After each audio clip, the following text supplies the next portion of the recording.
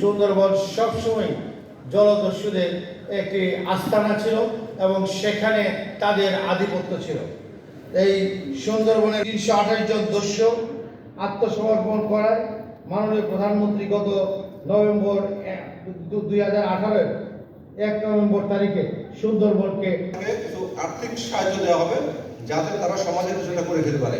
আমরা ইতিপূর্বে করেছি প্রত্যেককে আমরা কাউকে গরু কিনে দিয়ে, কাউকে মুরগির খামার করে দিয়ে, কাউকে সেলাই মেশিন দিয়ে, কাউকে ফ্যান দিয়ে পুনর্বাসন করছি এবং আমরা কিন্তু এটা শুধু পুনর্বাসন করে দিয়ে শেষ করিনি, আমরা মনিটর করছি।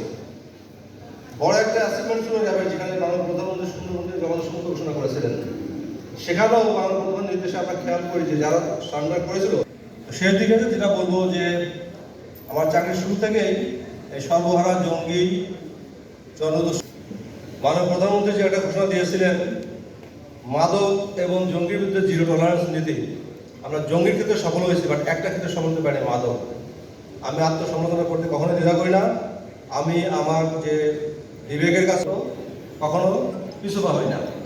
মাদকের ক্ষেত্রে আমরা ব্যর্থ হয়েছি, তো এই ব্যর্থতা শুধু আমার না, আমি বলবো এই ব্যর্থতা সব রেকর্ড করছেন আপনারা সব।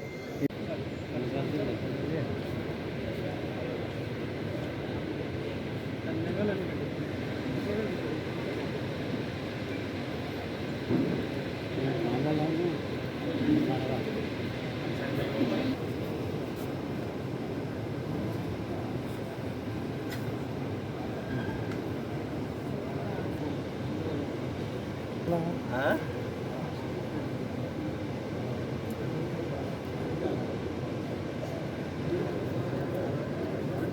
বসেন বাবু।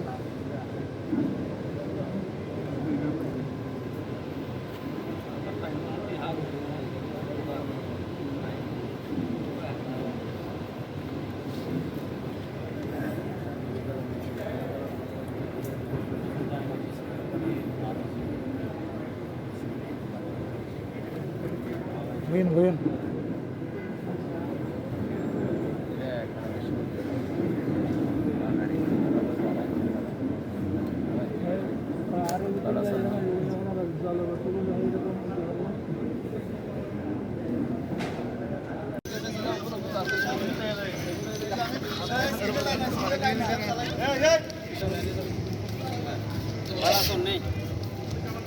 এখন আর